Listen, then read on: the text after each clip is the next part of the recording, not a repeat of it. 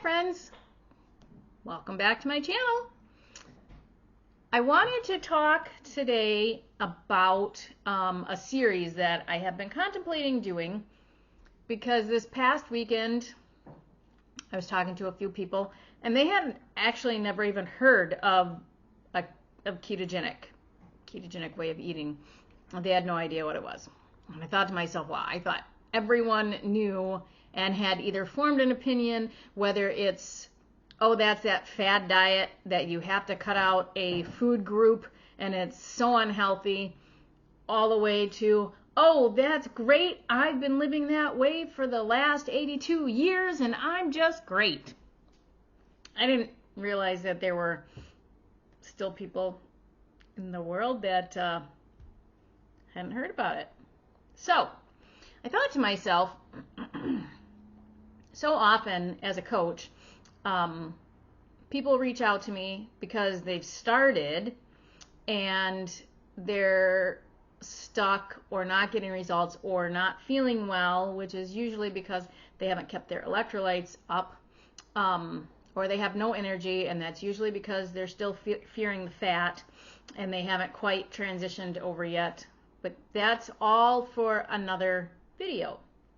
So my thought was I would do a series of finding your why, which is today's video, and then how to get started, things to watch for transitioning, so maybe one or two more videos. But the most important thing is to find your why. And you didn't land here at my channel watching this video, or maybe you YouTubed someone else's video and that's what brought you here. But you didn't land on YouTube doing searches because everything in your way of life and your eating and everything in your health is exactly where you want it to be, and it's working just wonderful and you don't need to make any changes.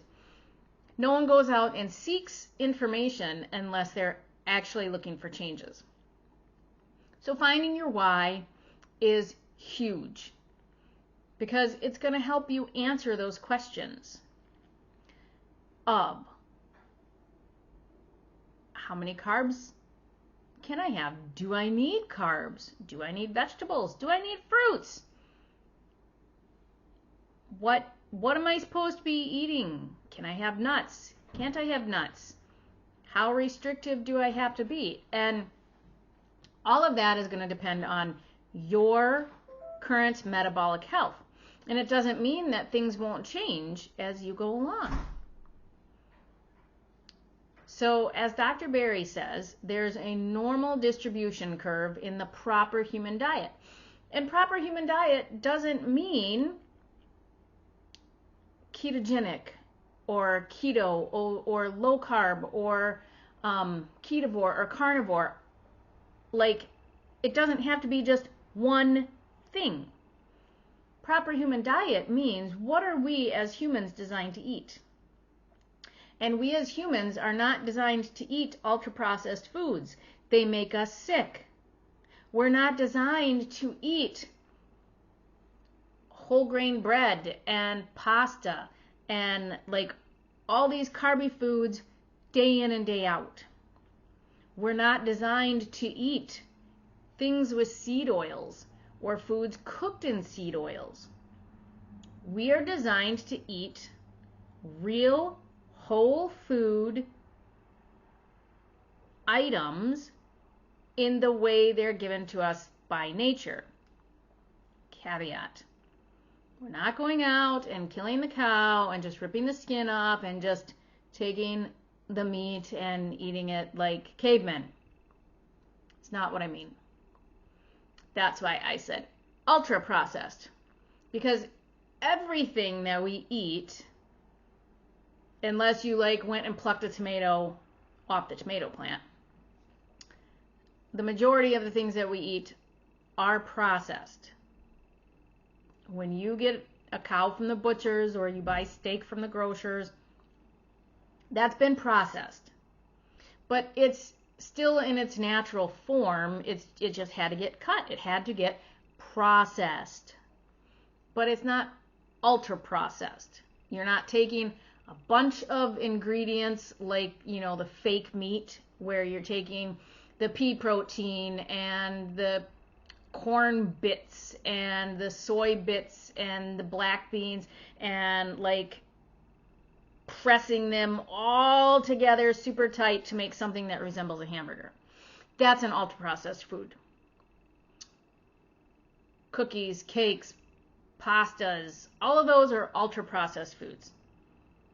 We process eggs when we cook them because if we're scrambling them, we put them in a bowl. Well, we crack them out of their shell first, put them in a bowl, and you're mixing them up. You're processing them. So processing isn't necessarily a bad thing. That's how we get butter.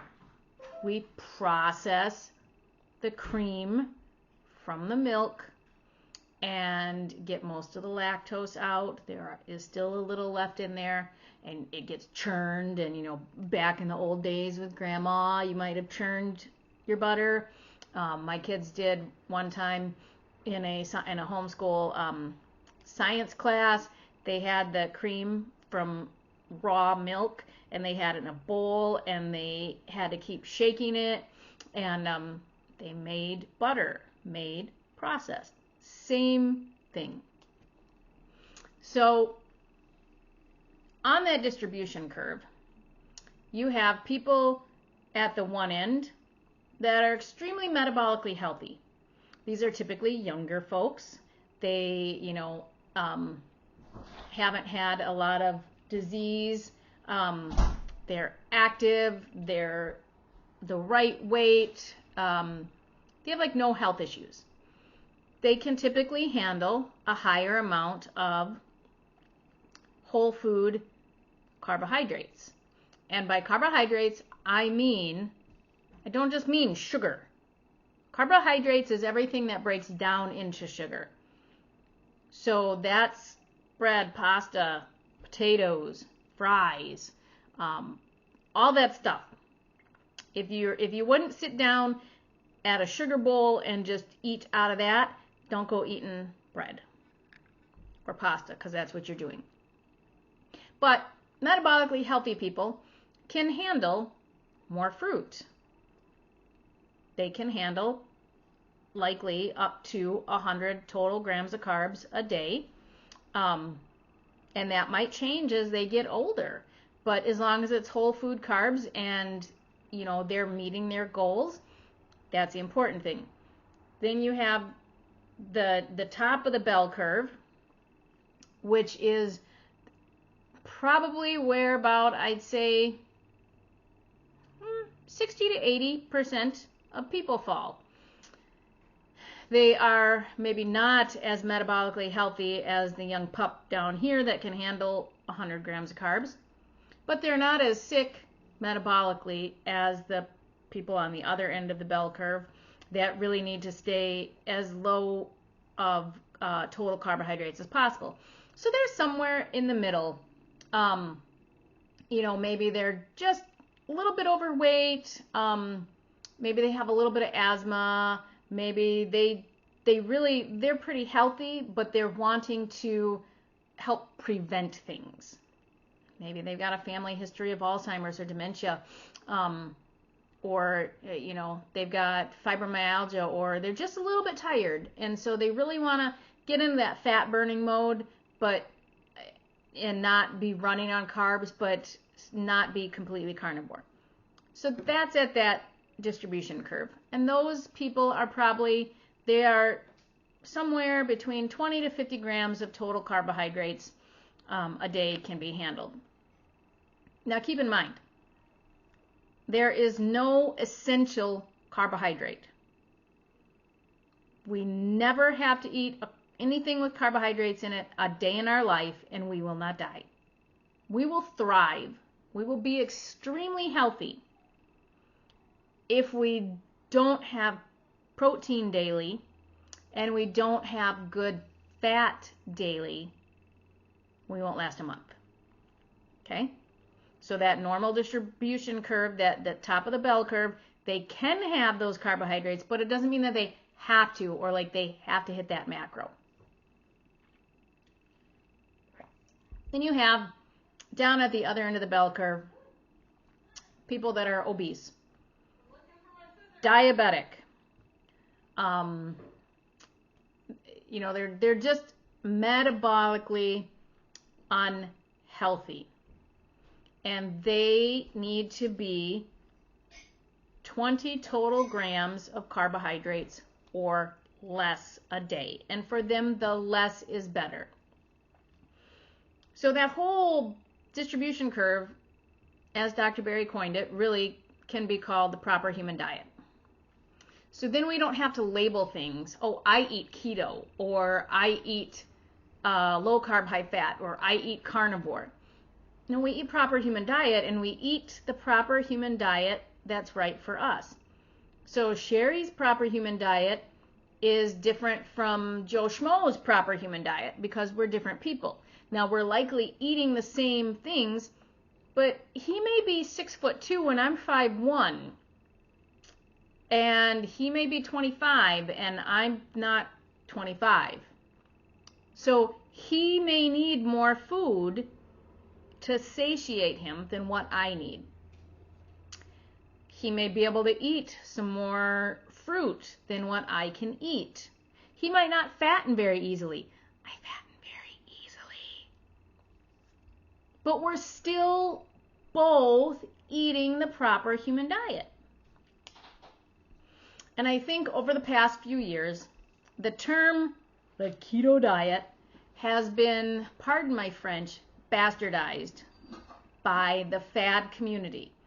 The community that wants a quick, easy way to drop some pounds because they want to fit in that gorgeous dress that they're, going out for their anniversary, but they're not in it to make a health change. They're not in it to make that lifestyle change. After that glorious wedding anniversary, they're going to go back to eating the same crap-filled food. And part of that is they haven't found their why. They only heard that it's a great way to lose weight. And it is, and it can be. But the bigger picture is it's a great way to take control of your health. It's a great way to lower your inflammation. Because most all chronic diseases that are out there come from chronic inflammation and insulin resistance. So here's some reasons, some whys that you might have. Now, my why has evolved. When I first started eating proper human diet, I didn't know it was proper human diet. I started with low carb and I had those labels on it, but I just love the term proper human diet so much more because it makes it less fatty, I guess. Not fatty, faddy. But mine was because, yes, I needed to lose weight. But like my why was for my family. I wanted to be healthy for my family, and I wanted to make changes in my lifestyle that I could pass on to my kids and have them be healthy. And I wanted to be able to help my husband, who's a type 1 diabetic, be able to be healthy and get his A1C better, and because I wanted him to be here with us for a long time. And type 1 diabetes is an awful, awful disease if you don't keep it under control. And so those were my whys. And they're still my whys, but now they're even deeper. But here's some examples of maybe what your why is, or maybe you don't even know it. Maybe you saw a friend that's been getting great results and you're like, oh, I had some of those issues. I'd really like to have those fantastic results too, and that's what brought you here. Pre-diabetes, diabetes, fatty liver, arthritis, rheumatoid arthritis, fibromyalgia, chronic fatigue syndrome. Maybe you have dementia or Alzheimer's in your family history like I do, and so you want to try and prevent that, or at least minimize it happening to you. Parkinson's disease, maybe you have that in your family genetics, and so you really want to try and prevent that from happening to you. Chronic pain, plantar fasciitis, maybe you have cancer, or family members, close direct family members have had cancer. And so, you feel that you're at a greater risk for that. So you want to minimize that. Those are just a few of the things. Autoimmune, thyroid issues, those are, honestly, eating a proper human diet, just getting rid of all the processed foods, the breads, all that crap, you're going to be 90% better than the rest of the population. But if you have specific things, then you might need to dial in your proper human diet a little bit more. And that's what I want this series to be. Because maybe you're saying, well, Sherry, I started and I don't know what the heck I'm doing. What do I need to take something? What do I need to do? That's usually when people reach out to me for a coaching session, is because they're stuck or they're feeling like crap because they're in that transition phase, and they didn't maybe start off as I would have encouraged to start off and given tips and tricks. But there's a reason. So that's what my next video is going to be about. For now, find your why and just start by getting rid of all the processed foods, the ultra processed foods. Just make it a whole food diet. And in the next video, I will talk about figuring out how fast you need to go, or if you can go slower and, just slowly start cutting out, okay, no desserts, but maybe you're still having bread, but at least you got all the desserts out. Maybe you're a sugaraholic and, once you have that sweet taste, then it sends you digging through the fridge and the cupboard and you can't stop. I have tips for that, and there are things that then I would probably end up saying, don't even do stevia, because that could send you on a binge. Whereas another person who's like, I can't stand cookies, cakes, nothing sweet. Well, if they had something with a little bit of stevia, they're not going to go on a bender. So those are the things that I want to tackle in my next video, or the next maybe 2 videos. I might break it up into 2 videos. If you found this helpful at all, please be sure to hit the thumbs up, subscribe to my channel, and share this. But for now, find your why. And we'll talk again soon.